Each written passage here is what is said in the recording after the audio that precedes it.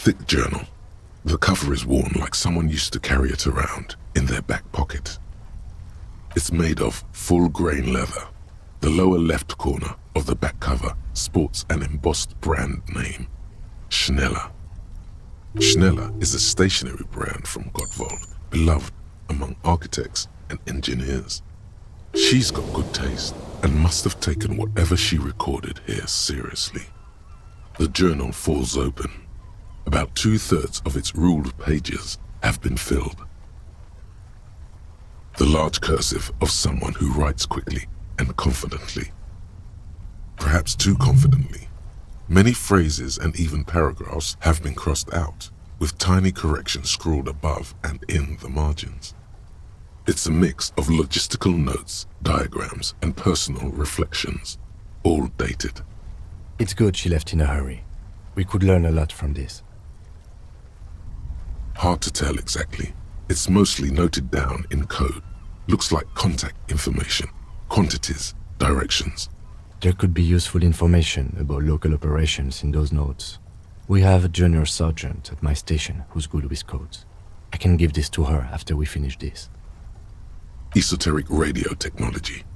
The most recent ones probably pertain to the latitude compressor, sketches, calculations of distance and density. You make out a familiar spiral shape. Short, wry observations of people and places, probably a way to pass the time on the road. Also, what appears to be attempts to sort through some difficult decisions. There are a few passages with many questions in them. Staff issues, always tough on the leadership. You smell traces of betrayal. The first entry is from August 2nd of last year. It reads simply, I know my position is precarious. All I can do is make myself as useful as I can while looking for a way out. Remember, no one is indispensable. Nothing on March 4th. March 5th, though, well, that's bound to come back and bite me in the ass. I'm bad at this. Loyal to a fault. But that's another matter entirely. She is referring to betraying her previous employer. Does this suggest she did it in self-defense? That name isn't mentioned as far as you can tell. Small wonder.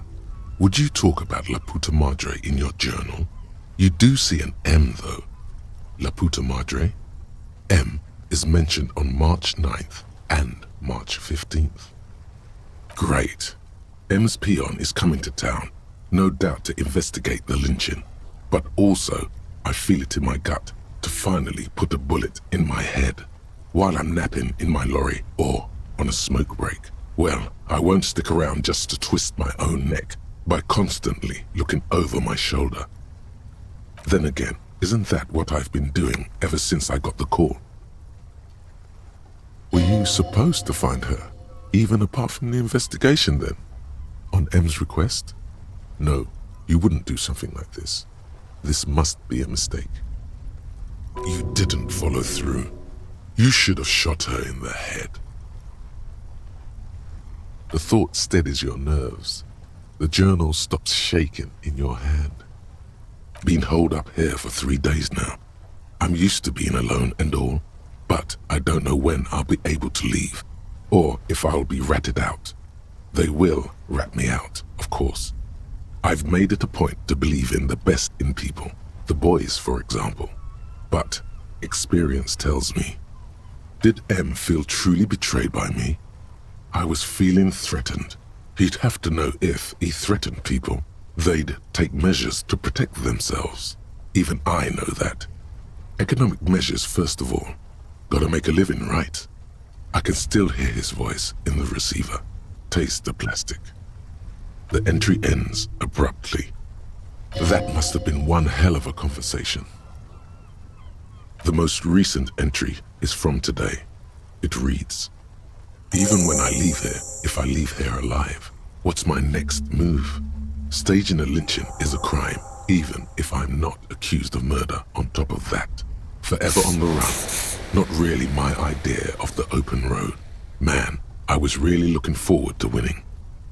It looks like she might have been framed. That would be a first, or a fourth, but who's counting, he thinks. Very rarely does anyone actually get framed. I wouldn't go so far as to say that. We have other reasons to arrest her. Besides, I'm not sure her life as a fugitive is going to be much better than we does, especially if she has problems with the madre. No, I don't think you are. Ask someone in your precinct if you want to be sure. The head of a major Jamrock gang specializing in drug production and trafficking. A very bad person. He's not 100% sure you're not indebted to this very, very bad person. Could have been Titus. Then again...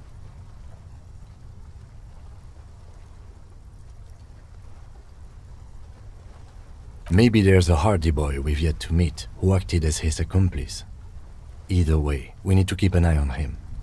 One thing is for certain. We have business back in the whirling and rags. Questions to ask. We should get to it.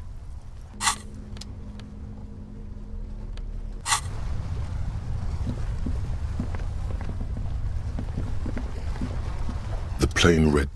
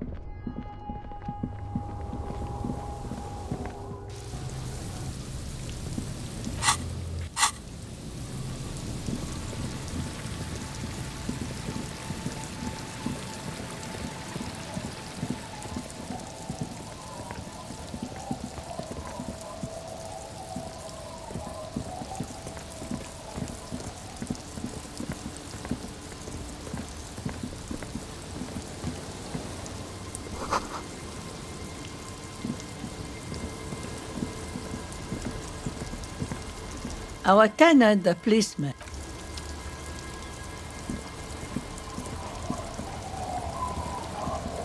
I'm afraid we don't have time for rest stops right now, officer.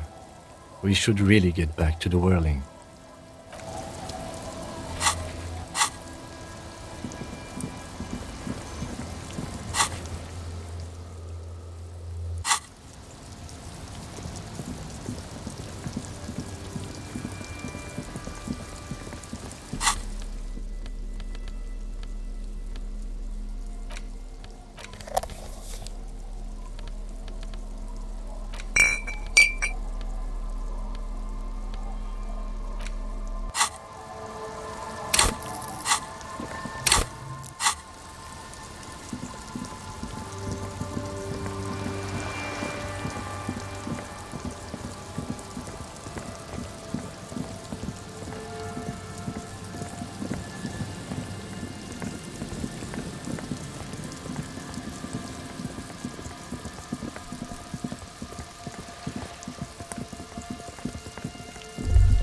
Stop.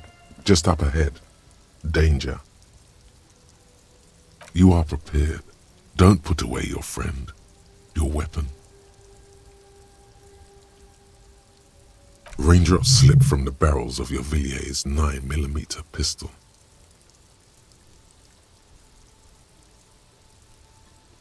Yes, I hear commotion. Let's go. Good. Be ready to take damage.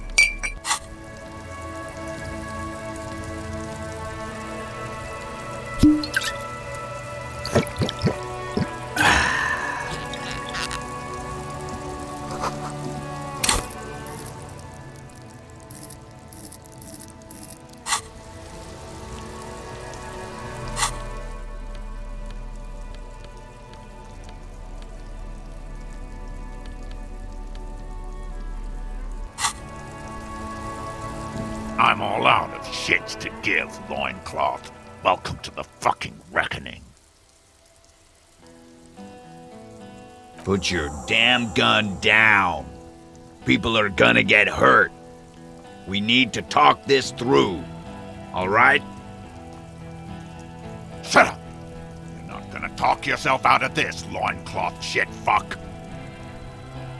This is the mercenary at the gates.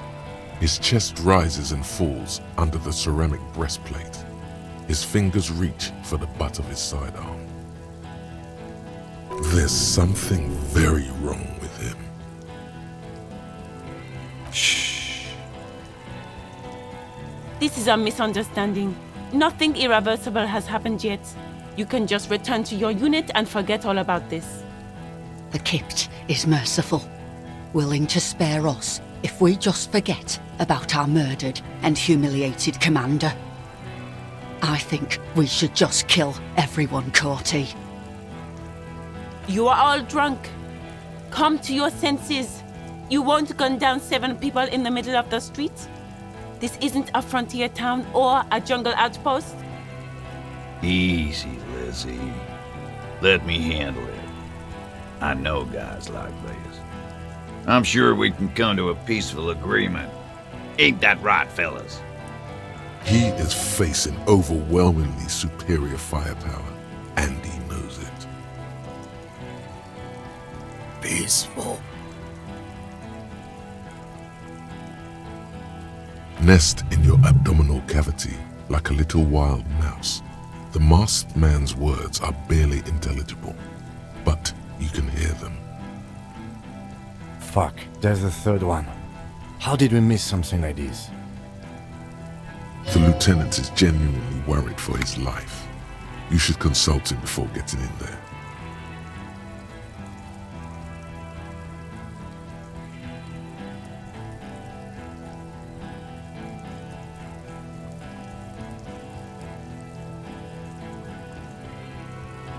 The Mercenary Tribunal. If this turns into a firefight, we should take him out first. A sound strategy. He's the leader. My plan is not to get killed, but we have to intervene.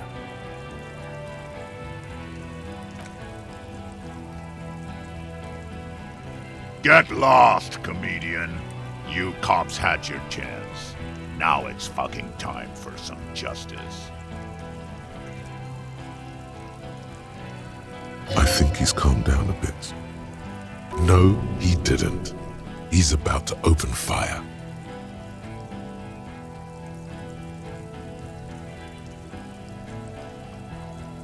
You can't think that way now. This is serious. Pig, fuck!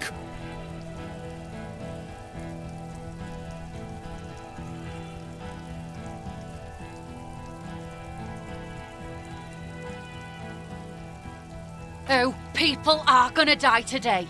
We're not leaving it like this. These tribals hung him up for everyone to see. No one is going to kill anyone. Let's just put the guns down and talk like civilized human beings. With a wordless gurgle, the killer loads his long rifle. The leader gives a small nod to the helmeted man. Suddenly, the grip of your sidearm feels comforting and warm in your hand. Feels like it's saying, do it. Shoot him in the mouth. Shoot him before he shoots you. No, wait. It's good you have that gun. It really is. Just soften him up first. Present an argument. I'm barely keeping you together here. This is it, the big one. If you talk to him, he will rattle you, not the other way around. Peace. Always peace. It has worked thus far. Start with the first idea you have, then move down from that. Please.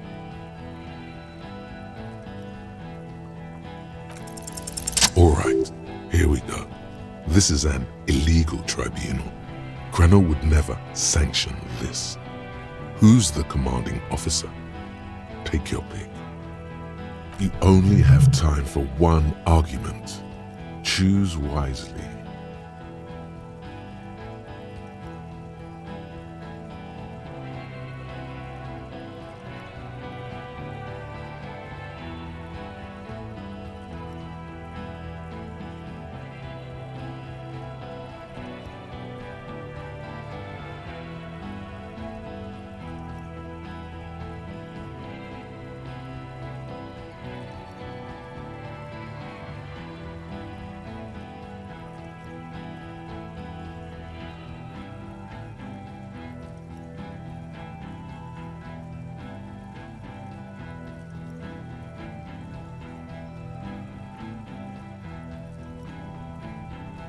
I am a Grinnell Major with over 15 years of live combat experience. When my colonel gets hanged by clay monkeys, I lead the platoon on a retaliation strike. Nah, I just have the biggest gun.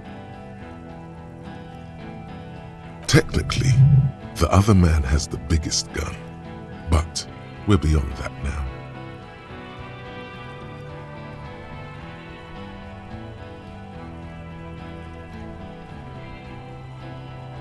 You're right. But you see, I want it to end in bloodshed.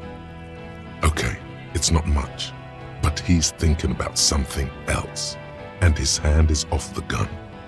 This did something. Now fire. Fuck them up. Do it. The muscles on your back tense up.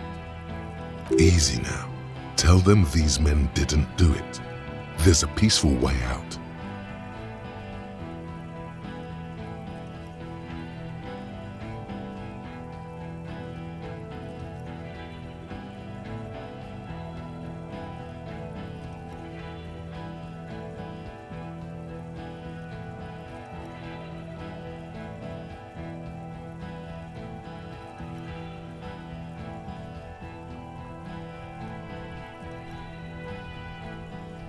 Yeah?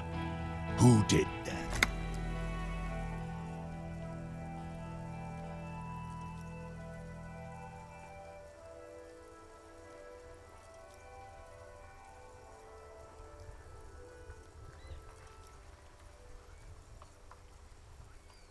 How fucking convenient.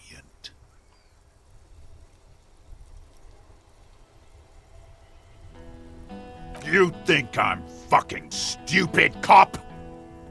What if I just shot one of your pals here, right now, huh? How about the kid? Tell me, magic fucking sniper one more time. Listen, please. This cop and this drumhead cop marshal won't decide who...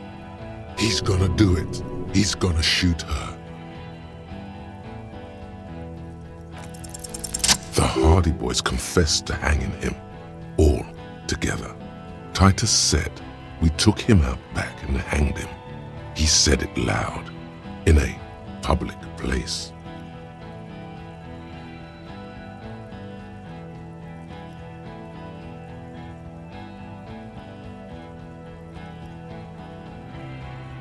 You're lying.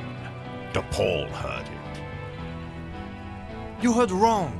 She and these men have been helping us find the shooter.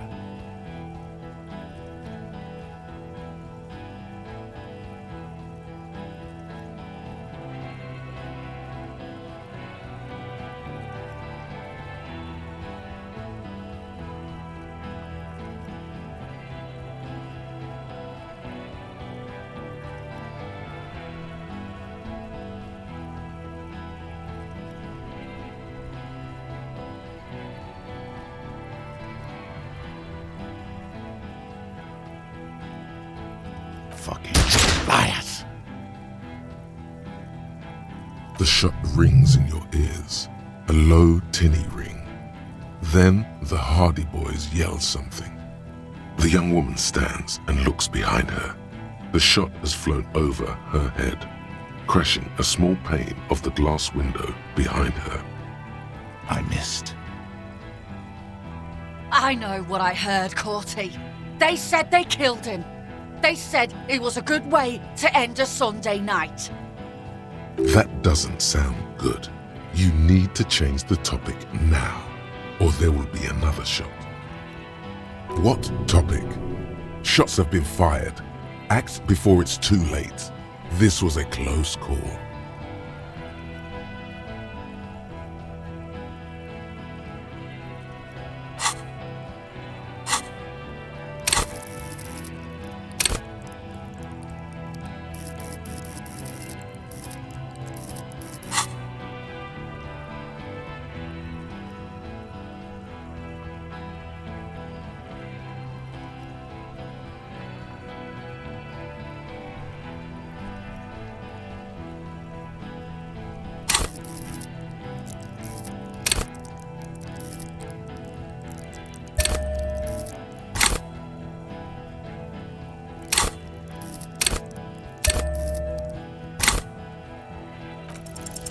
Dangerous. Ask about him first. You don't want personal facts about his dead friend coming out of your mouth. He has to start it. Sergeant Major Raoul Cortiner, reporting in to burn this fucking mud hut to the ground. As he moves, the interlocking pieces of his armor click, softly. Click, click, click. The realization comes to you, like a picture puzzle coming together. His name is Raoul Cortiner. The dead man's name is Elise Cortiner. He's brothers with the deceased. No, probably foster brothers. Elise was put into a foster home, remember? For killing, maiming, and humiliating our commanding officer, you're all sentenced to death by lead.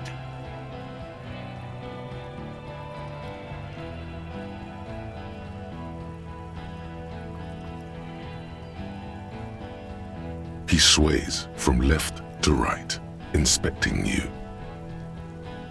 He wasn't my fucking brother. We just grew up on the same farm and got beat into place by the same sick fuck. Beaten by a foster parent or someone on the farm?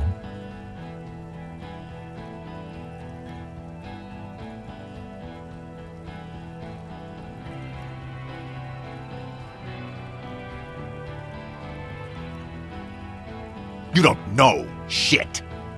Lance Corporal, why don't you? You lost him. Quick.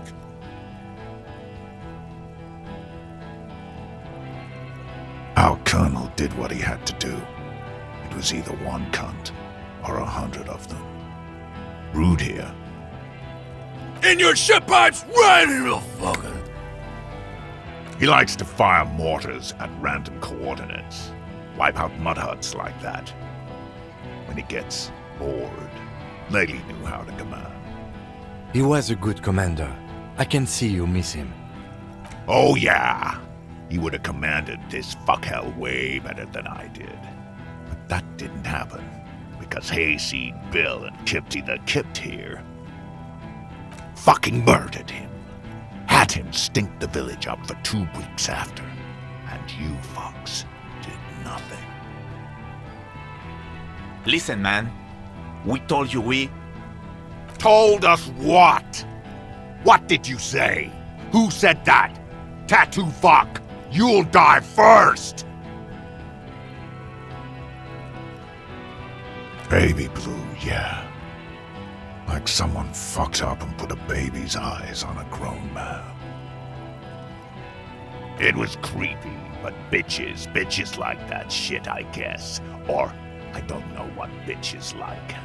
I just know how to mow down cloths. Who? Lely. We researched him. We contacted the ICP and looked at his birth records.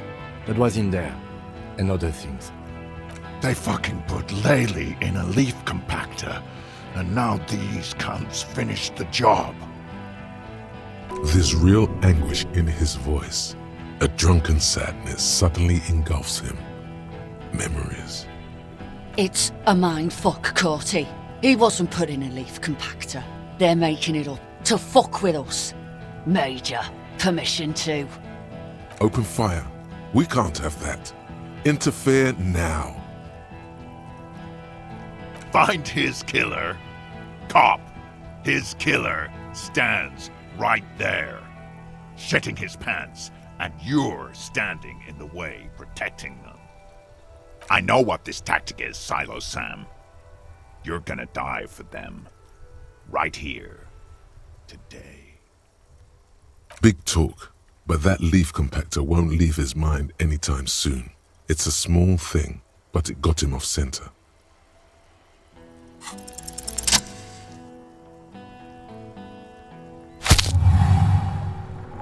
A plume of smoke and fire erupts from the gun, and your hand goes numb from the explosion. There is a hole in his cheek. Blood gushes out as he stumbles backward, eyes filled with rage and disbelief, gurgling, muttering something unintelligible. His lips, moving, swollen with fear, are trying to say, shoot him, but he can't.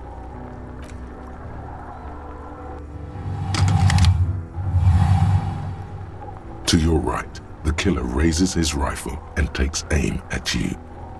His moves are steady, but the long barrel of the rifle sways slowly. An Easter AR-FA-7, built for taking out light armored vehicles. It will devastate you.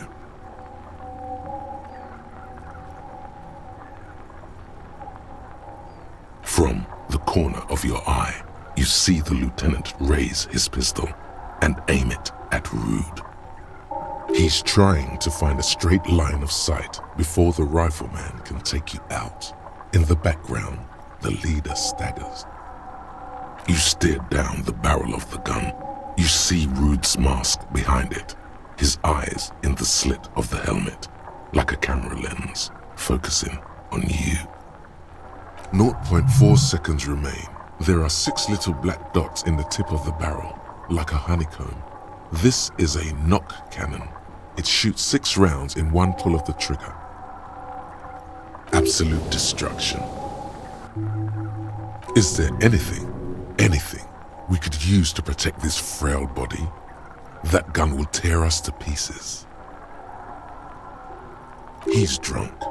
Drunk fighters overcorrect. Move right, he aims further right. Get him to overshoot. You leap left. A swarm of angry lead passes mere millimeters from your side, tearing fabric off your coat. Feels like the lightest of tucks. The man tilts his head, trying to see through the clearing smoke for the next shot. Watch out. To your left, Nepal is about to take a shot too, at Kim. God, please. He's aiming for the eye slot in Rude's helmet. An extremely difficult shot. He has to. The rifleman will fire at you again. 2 shots ring at once. One from the lieutenant's pistol, and the other from Nepal's. It's aimed at the lieutenant, but it misses. You hear a scream behind you. Blood gushes from the helmet's eye sockets as Rude staggers back, disoriented. The sounds coming from his helmet are not human. An unbelievable shot from the lieutenant. Glenn, dying in a puddle of blood behind you. His mangled torso has 2 gunshot wounds. Blood gushes out of them like red geysers. Oh God, watch out. You see 2 crazed eyes stare at you through all the smoke and the panic. With blood gushing from his face, the man raises his pistol at you. Then he squeezes the trigger. The look of vengeance, framed in blood, lips shaking. This is the last thing he'll do on Earth. But he will do it. He is your end. Here it comes. Death.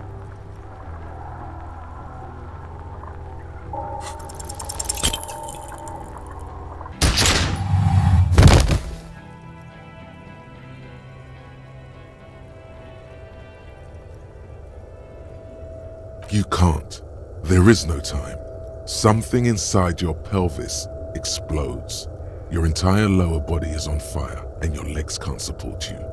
You fall down like a rag doll. The pain is too immense to scream. It pushes the air out of your lungs. Everything goes dark, a distant blur as you recede into it. Nothing, a persisting darkness, dancing lights of pain, distant shadows cast by them, like a hellish play. You're bleeding out.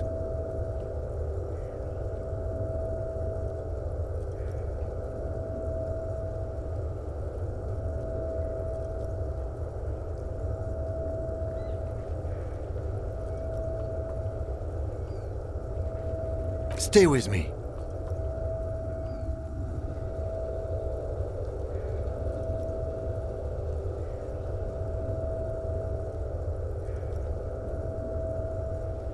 Yes, keep talking. You hear me? Stay awake. But you can't. It's so hard. Your eyelids grow heavy, and the sounds ever more distant. And a cold comes over you. The lieutenant, too, is somewhere far away, almost gone, when suddenly you sense something behind him. A slender white shadow towering. Someone stands there, raising her pistol at him. The lieutenant does not see it. He's pushing down on your wound with both hands.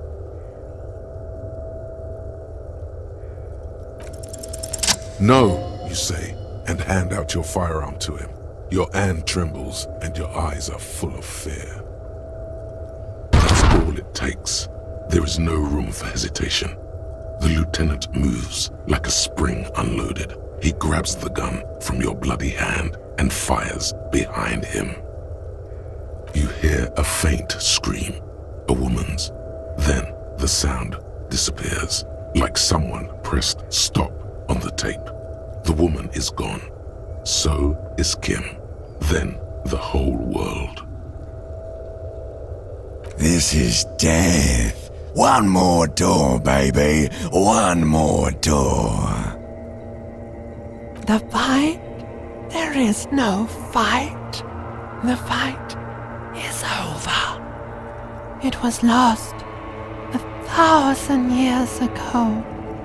You have laid here forever. Keep falling deeper. take the door. He's not taking it. His body is not taking it. Oh God, no. He's not disintegrating. He's swelling up instead.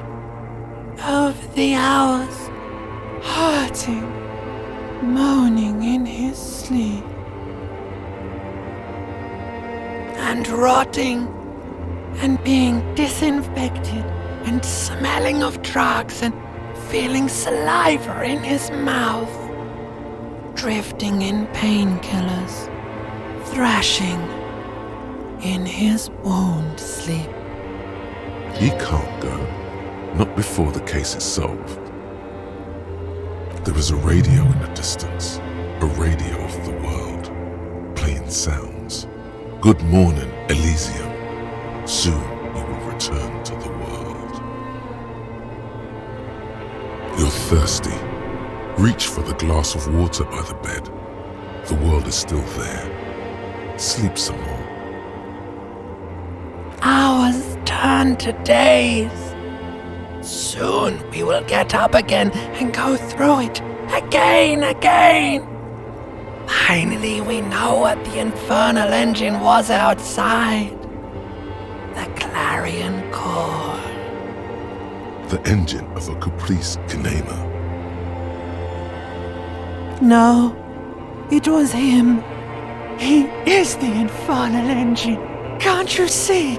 He never stops.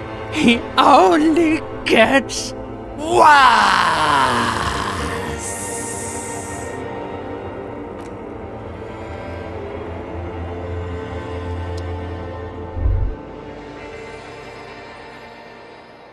You see the lieutenant's familiar shape in the orange jacket.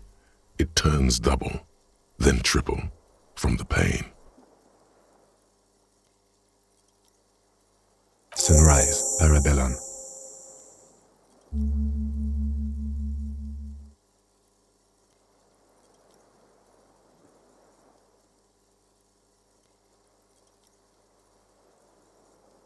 Mr. Gart cleaned it. It took him an entire day. 2 days, in and out. You've been up enough to take Dramamine and curse, and drink water. It's not ouch time yet. You just got the Dramamine pill an hour ago. Wait until it wears off. Dramamine? Then it's not that bad. Neither surgical nor organ damage bad, but still under the counter bad. Sunrise, Parabellum. Sunrise, prepare for war. It's an old revolutionary saying. It served you well. The gates of the harbor are boarded up. The streets are a little more empty. Apocalyptic violence is yet to erupt, I am relieved to say. I think we may have held it off, for now. Barely. Yes, we have also completely failed, but that's okay. Yes, the joke wasn't funny anymore. I took it off. The close proximity of death must have made the lieutenant contemplate his life choices. He's done with the jacket. What happened? You shot the major in the face. A firefight ensued. Yes. A blood-stained killer.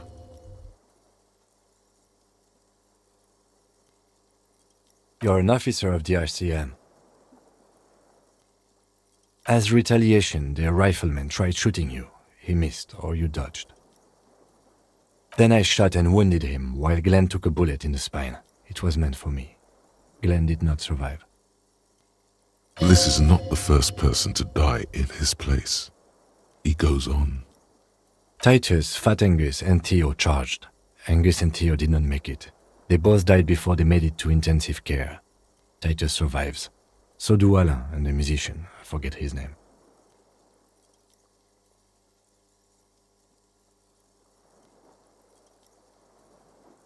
Yes, he's still alive too. You were bleeding out by then. I think you said you lied about being an amnesiac, and you warned me. I was able to disarm one of them, the Pole, before she got the jump on me. Thank you. I killed her. And that's what happened.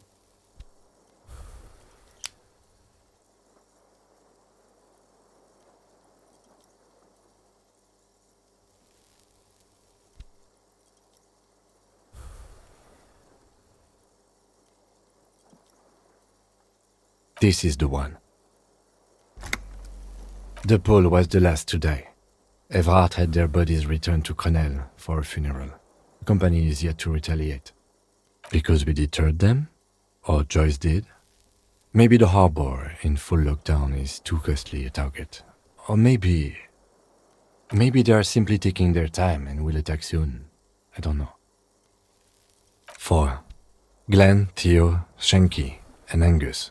The fat one, he took a lot of bullets.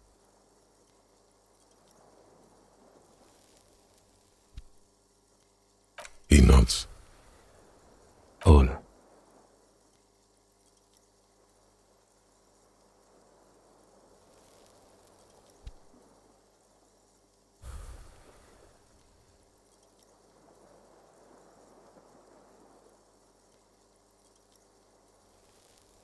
Let's face it, officer, and this is both of our fault. It could have gone a little better. 6 people are dead. But what's done is done. The violence is cordoned off. The Hornets did not get into the beehive. The worst scenario has not materialized. Yet. And we are still alive. Both of us. He did not expect you both to survive once you stepped between those two armies. His smoking, his hunched back. You have it worse, but he took a real beating. That cigarette has medicinal purposes. What happened? You shot the Major in the face. Yes. A blood-stained killer. As retaliation, the rifleman tried shooting you. He missed. I shot and... This is not the... Titus, fat... Yes. You were bleeding. Thank you. I killed her. And that's what happened. All.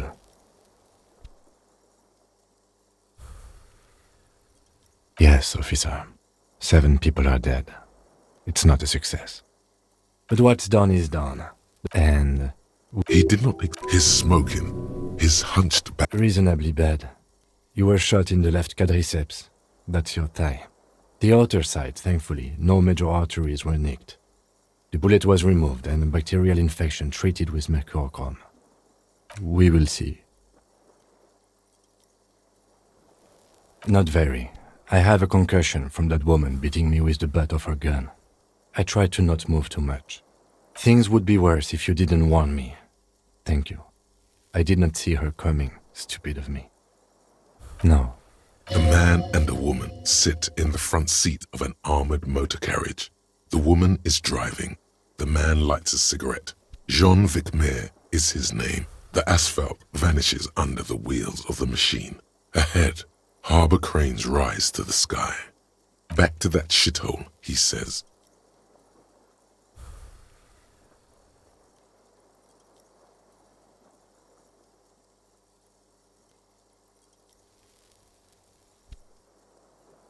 I called your station after the fight. The injury was logged in. They told me they've sent officers to join you on the site. I'm sure they're worried about you. That means he hasn't seen them around while you were out. They're not really worried about you. If they were, wouldn't they be here? Sorry. I did. No need.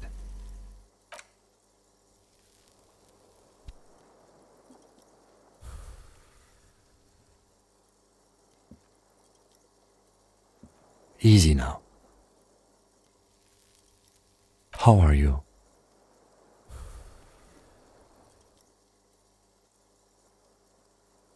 Your disco days should have been done quite a while back, Lieutenant Freighter. I honestly don't know.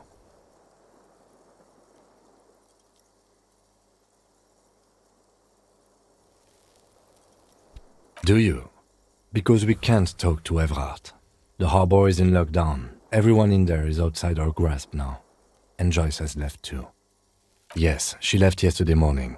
To meet the board of Wild Pines, or that is what I've heard. There's a pin somewhere in the machine that keeps Connell from sending in a death squad. Maybe it's her. Maybe she kept her hand. Either way, Ruby's gone, and Classio too. We really should have arrested her, you know? Oh yes, she left 20 minutes prior to the tribunal showing up. I asked Mr. Gart. Turns out it was a bad idea not to arrest her, but maybe it was a good deed that will pay off in heaven. Who would have figured? By the way, the lieutenant does not actually believe you will be spiritually reimbursed for letting her escape. You just have to live with it. I don't know. I think the theory you presented, it's someone else outside our circle of suspects, was right. It better be. Everyone within the circle is either dead or gone. Honestly, I think our investigation has not produced a single credible suspect.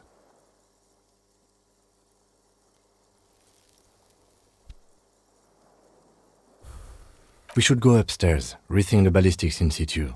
I agree with this. What else?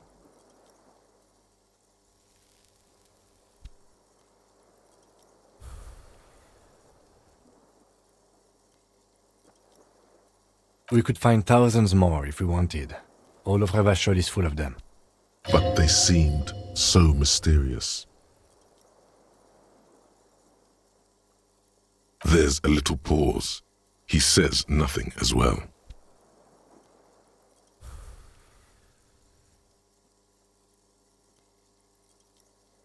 He arches his brow. The ceiling fan patiently spins overhead.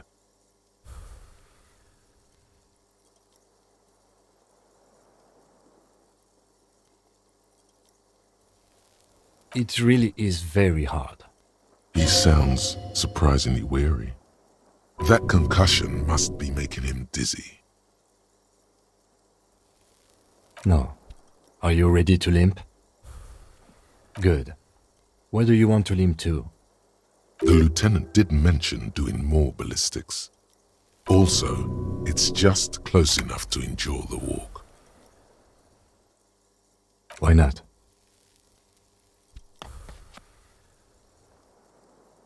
Another look at the window, perhaps? The one he was shot through. I don't know. I can't think of anything better. Good. You're up. Listen, it's a suspicion. An Earth every day. Things...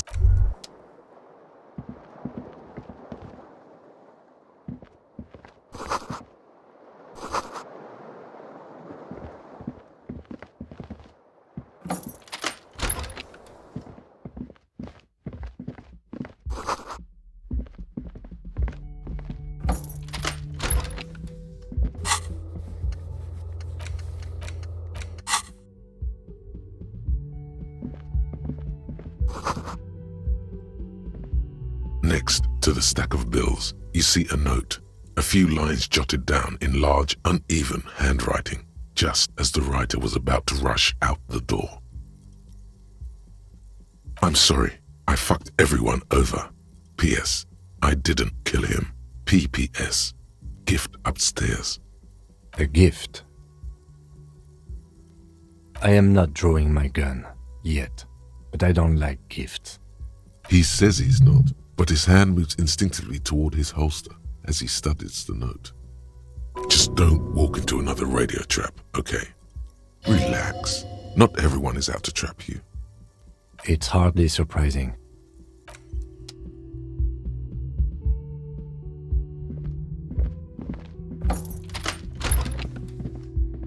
The medicine cabinet is empty. Not even a toothbrush. Pity. Mm-hmm. She certainly had her priorities straight when she was packing.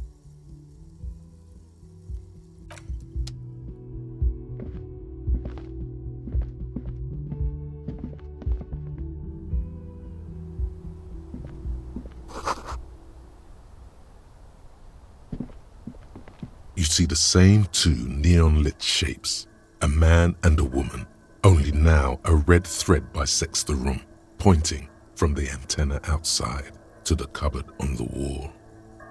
This is ballistics. She's left a trajectory for us. A ray of backward motion explodes from his mouth to the roof outside, A prime, to then widen into a radius of locations in Martinez, B prime, B double prime, and B triple prime. It suggests the bullet came from the extreme upper quadrant of possible angles, from a point beyond the roof. B triple prime. The island in the bay. Unless she thinks the perpetrator was standing on the ring antenna. That is where the thread seems to point.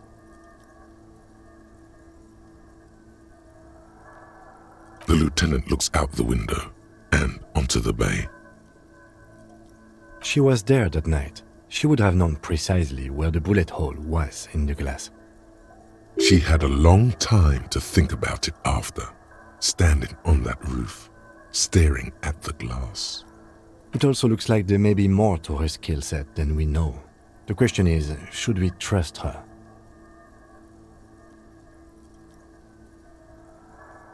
I don't know.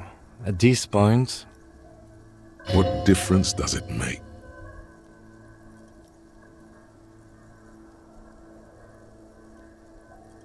She was there. She had a lot. It also looks like there may be more to her skill set than we know. I find that hard to believe. But at this point, what difference does it make? So it is. For a second he seems tired.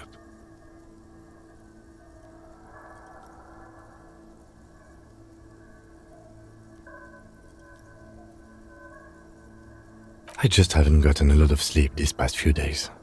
He doesn't really believe this will yield anything. The lead is flimsy. You might as well go around Martinez looking under every rock and talking to every person. But what else is there?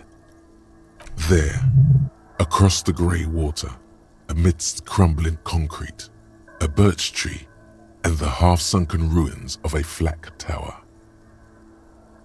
Not a lot, no. Could be the makings of a sniper's nest. Why not? Military fortifications are made for that kind of thing.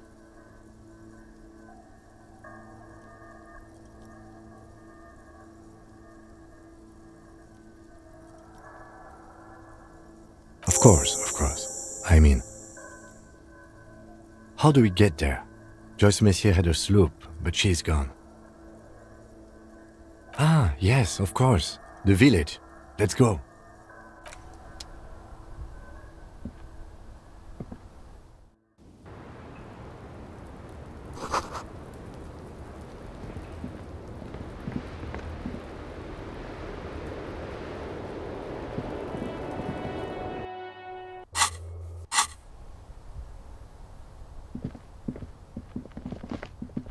Yes?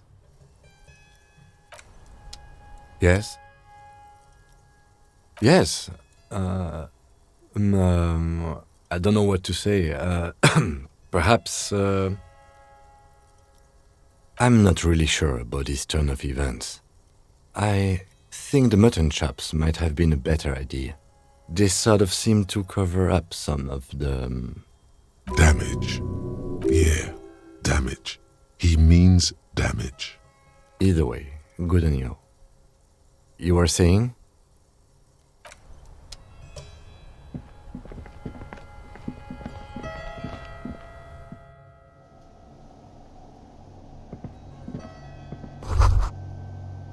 All these mesmerizing machines, just waiting to be plugged back in and played. Feels like it might jump back to life any moment, the lights illuminating the white-robed woman. Some kind of inane pinball theme, probably related to Messina during the DeLorean age. The history themes are the worst. Diora was one of the 3 crown cities of the DeLorean era, on the Muindi Isola, the others being Ria Silvia and Advesperasket. This theme is all about early airships and beautiful, sad, pearl-laden women. It's quite nice, actually. The lieutenant grimaces, looking at the machines.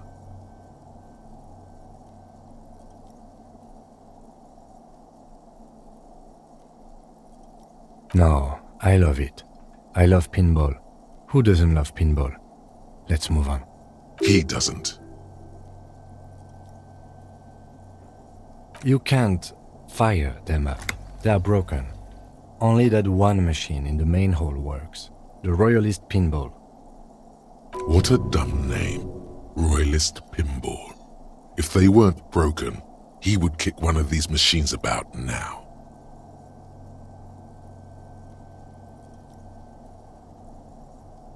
No. Kim Pinball Kitsuragi. Exactly. That's what he's known as. His reputation precedes him. So now he remembers. Fine, I'm Kim Pinball Kitsuragi, aka the Kimball. You remembered. Congratulations. Wonderful. He only remembers hearing about the pinball policeman. No human being should. It is a game that requires no skill and a childlike affinity to flashing lights and to fantastic, science fiction, and historic romance franchise. It is lame. I am not called Pinball. It was used to taunt me a long time ago, before I became a homicide detective and got my lieutenancy. Fine. I was a juvenile police officer for over 15 years. It's how I started out in the RCM. Once I had to infiltrate a pinball ring, as you do when you're a juvie cop. It was not okay. I needed to become a pinball champion. I trained for 9 months. The job was successful and I was moved out of the juvenile wing to homicide. End of story. That time is over now. I was already a 38-year-old man. It was unbecoming, as was playing pinball. So that's why he doesn't want to talk to Kuno. Trauma and stressor disorder from being a juvie cop.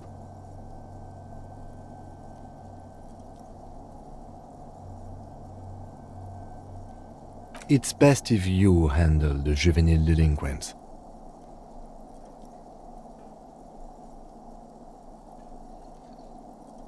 Lieutenant Kitsuragi is good too.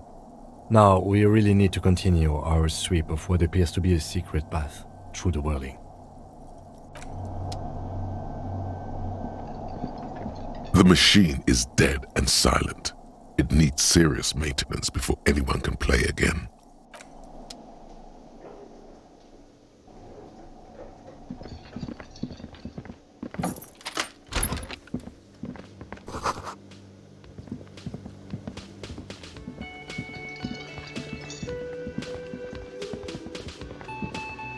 Oh, you're up. It's good to see you back on your feet. Did you like your room? I cleaned it for you. You're welcome. I thought it would be nice for you to wake up in a clean place after you, let's be fair, defended this establishment and its clientele from gunfire. I give credit where credit is due, and that, sir, was a nice shot. I was watching until you hit him. Crawled inside then. Bullets started flying. Anyway, I wish you a quick recovery. Also, you and your partner are staying here free now. This establishment supports cops. The stay is free, the drinks are not. It just felt I needed to specify that. Oh, you know, people don't tend to stick around after shootouts. Turns out they're not good for business. I don't remember everyone who comes here, and many people wear sunglasses inside lately. Must be a fad. Where was I? How do you think I know the crazy shit you pulled off out there? I was there, out on the balcony, protecting my establishment. So yeah, I guess I'm what you call a badass.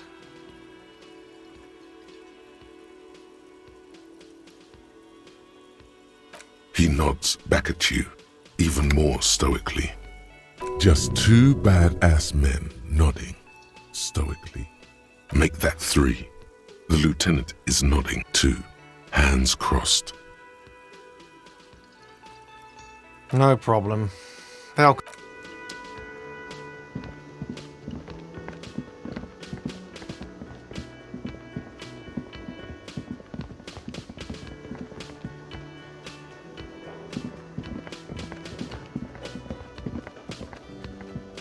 Seeing you approach, the bruised man raises his bear in welcome.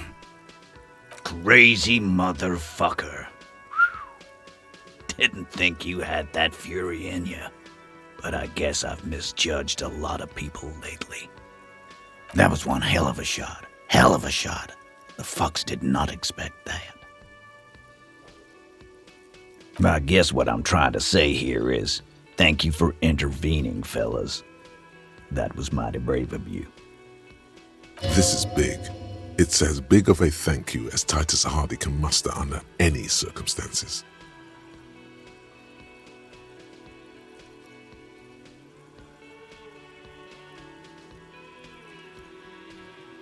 Well, cheers anyway, Copper.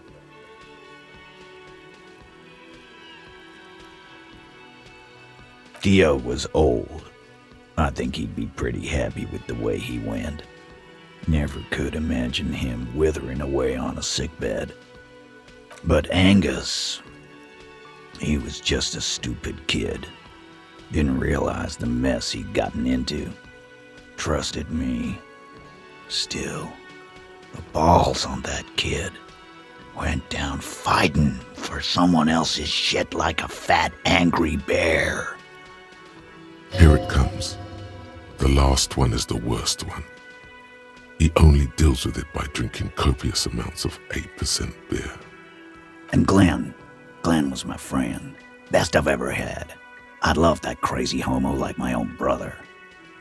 We're all fucked without him. But what do? This job is shit.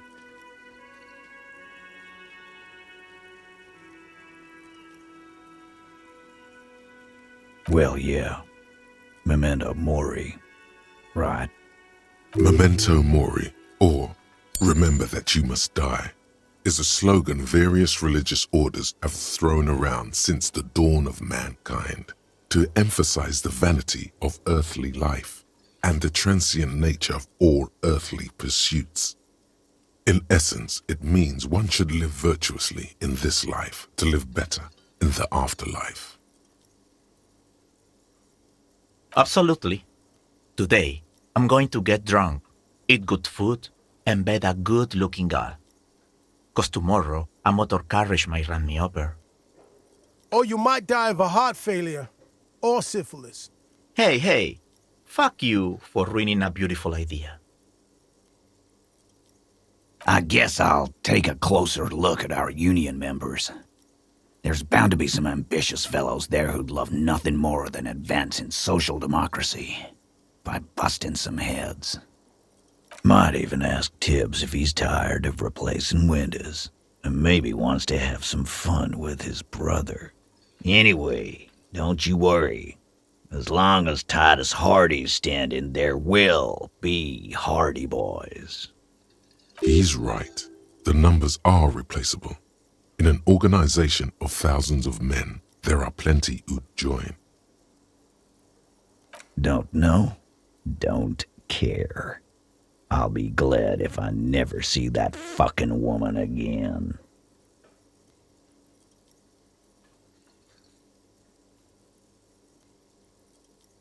Nope. He did. He shrugs and tries to look uninterested. Take care, coppers. You two look after yourselves now. Death passed on you today, but men don't get that lucky twice. Copo loco. And normal cop, I guess. Good luck in Shamrock. Scars made the best tattoos, they say. Thanks for getting involved, guys. Not a lot of cops would step into that line of fire, but you did. And if you ever feel like the uniform is holding you back, I've got a few vacancies. You'd make one hardy boy, copper. And Titus Hardy himself would make a good officer. That man was born to lead. I will, capo. That's a promise. Now scoot, 'cause the Hardy Boys got some mourning and drinking to do. Take it easy on the drink. The danger has not passed. This town needs you on your feet. Good point, Beano Claude.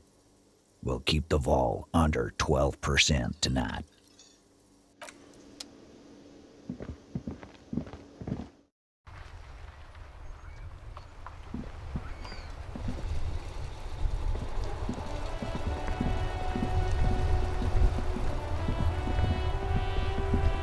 The graffito has been painted over the traces of the fight that took place here.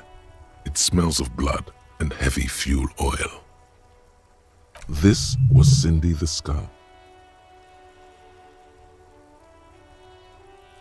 The lieutenant crouches, touching the fuel oil with his finger. Looks like it, yes.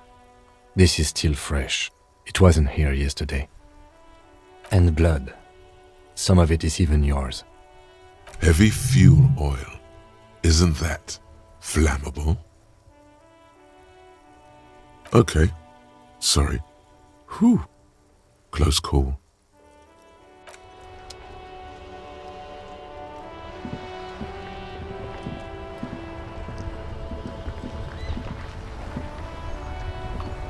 Officer, care to play a game with the lonely old man?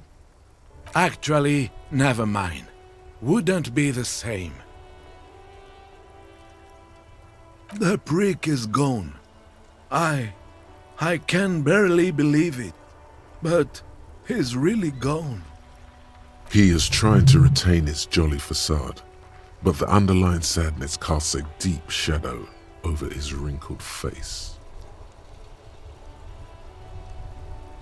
Hell, most likely. He was an absolute Kent. Oh, he would have liked that. Violent lives ending violently. That's how he wanted to go. Sadly, it was not the case. His hungry little heart finally gave out. The dock workers found him in the guard booth this morning. Wasn't even supposed to be working for another week, but he just had to prove how tough he is. Did he feel like he has to prove he can still pull his weight? Doesn't need handouts? Guess he was about to head home, 'cause when the dock workers found him, he was wearing civilian clothes and not the Kuketu uniform I saw him in all the time. Sometimes I thought he was wearing it just to piss me off. Now the joke's on him, 'cause he's gonna be buried without it. No, René was the most stubborn man in Revachol. Nothing you or I could say would ever push him to do anything. The man was completely immovable. He has doubts, but right now, he just wants to move on and not think about it. Yes, we are both very sorry for your loss. It is what it is, part of life really. But to know someone for 79 years, then one day they're just gone. I just don't know anymore. About anything really. But you must need something. Yes? What about René? Yes. It is what I just don't know anymore. About anything.